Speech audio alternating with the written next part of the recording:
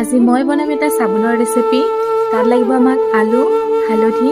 এতিয়া মই ভালদৰে সাফা কৰি লম আৰু এটো হৈছে মোৰ আজি সেকেন্ড টু মিনি ব্লগ। হেয়া ৰুকিনিত মই ৰুকি লৈছো আলু, লগতে মই হালধিটো ইয়াতে ৰুকি দিছো। তো হৈ গৈছে এতিয়া, তাৰ পৰা ৰখিনি উলাই দিছো আৰু এটো মই এতিয়া এটা বাটিত ভালদৰে চাকিনি দি চাকি লম, তেতিয়া লেতেৰা নাযাব।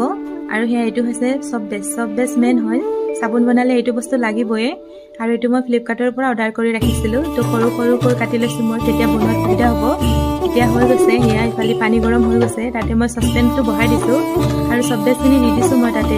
চামুচ লগত পুৰা গুলাই হোৱাৰ পিছত হেয়া হালধিখিনিও দি দিছো আৰু এতিয়া নমাই কেনে এটা প্লাষ্টিকৰ কিবাত মই বস্তুটো ৰাখি দিছো।